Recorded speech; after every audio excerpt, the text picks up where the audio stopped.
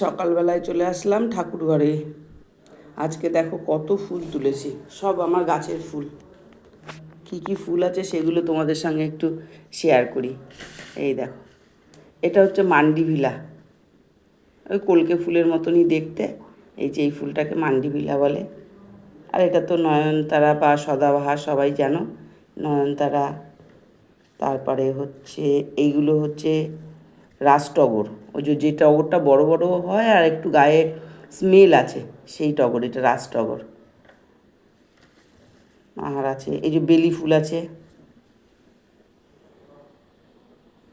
এই যে বেল ফুল আছে। এইটা হচ্ছে কাঠটগর। এই যে এই যে এটা কয়েকটা ফুটেছে আজকে, বেশ কয়েকটাই ফুটেছে, অনেকগুলোই ফুটেছে। এই এটা হচ্ছে বেলি ফুলের বড় বড় ভ্যারাইটি, আর ওই যে আগেরটা যেটা দেখালাম ওটা ছোট। এরকম আছে অনেকগুলোই আছে। এই যে ছোটটা, এই যে ছোটটা। আর এটা তো হচ্ছে সারদা জবা বলে, আর কি নাম বলে আমি সেটা জানি না।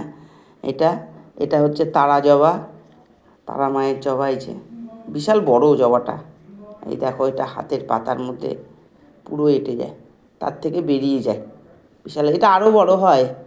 আমার গাছটা একটু অনেক দিন যত্ন হচ্ছে না, তো খাবার দেওয়া হচ্ছে না বলে গাছ ফুলটা একটু ছোট হয়েছে, নাহলে এটা আরও অনেক বড় হয়।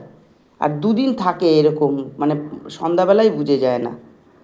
আর এটাও হচ্ছে আর একটা ভ্যারাইটি জবা, দেখো পদ্ম ফুলের মতন। আর এটা হচ্ছে ঘণ্টা জবা। আর এটা হচ্ছে ঘেটু ফুল বলে, ঘেটু ফুল। এটা হচ্ছে শিব ঠাকুরকে দেওয়া যায়, কারণ শিব ঠাকুর তো এইসব ফুলই পছন্দ করে। এটা হচ্ছে ঘেটু ফুল। আর এটা হচ্ছে বাড়ির লক্ষ্মী জবা।